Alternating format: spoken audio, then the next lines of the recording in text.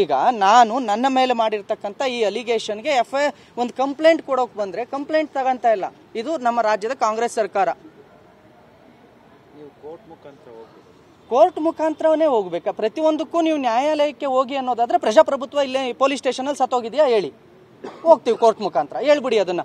ಸಿದ್ದರಾಮಯ್ಯನವರ ಅಥವಾ ಪ್ರಿಯಾಂಕಾ ಖರ್ಗೆ ಅವರ ಅಥವಾ ಹೋಮ್ ಮಿನಿಸ್ಟರ್ ಪರಮೇಶ್ವರ್ ಅವರ ಬಂದು ಹೇಳ್ಬಿಡಿ, ನೋಡಪ್ಪ ನಾವು ನಮ್ಮ ಅಧಿಕಾರದಲ್ಲಿ ಸಾಯಿಸ್ಬಿಟ್ಟಿದ್ದೀವಿ ಸ್ಟೇಷನ್ಗಳನ್ನು, ನಾವಿಲ್ಲಿ FIR ತಗೊಳ್ಳಲ್ಲ, ನೀವು ಕೋರ್ಟ್ ಮುಖಾಂತರ ಹೋಗಿ ಅಂತ ಹೇಳಿ. ಅದನ್ನ ಹೇಳಿಕೆ ಕೊಟ್ಟರೆ ನಾನು ಕೋರ್ಟ್ ಮುಖಾಂತರ ಹೋಗ್ತೀನಿ. ಹೋಗ್ಲಿ NCR ಮಾಡಿಕೊಟ್ಬಿಡಿ, ಕೋರ್ಟ್ ಮುಖಾಂತರ ಹೋಗಿ FIR ಮಾಡಿಸ್ಕೊತೀವಿ ನಾವು. ಇಲ್ಲ, ನಾನು ಕಾಯ್ತಾ ಇದ್ದೀನಿ.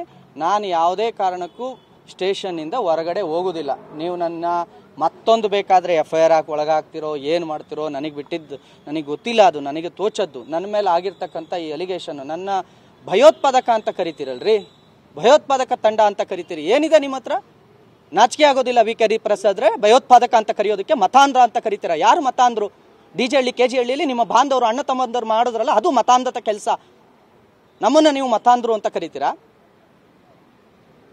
ಭಯೋತ್ಪಾದಕರ ತಂಡ ಅಂತ ಕರೆದಿದ್ದೀರಾ?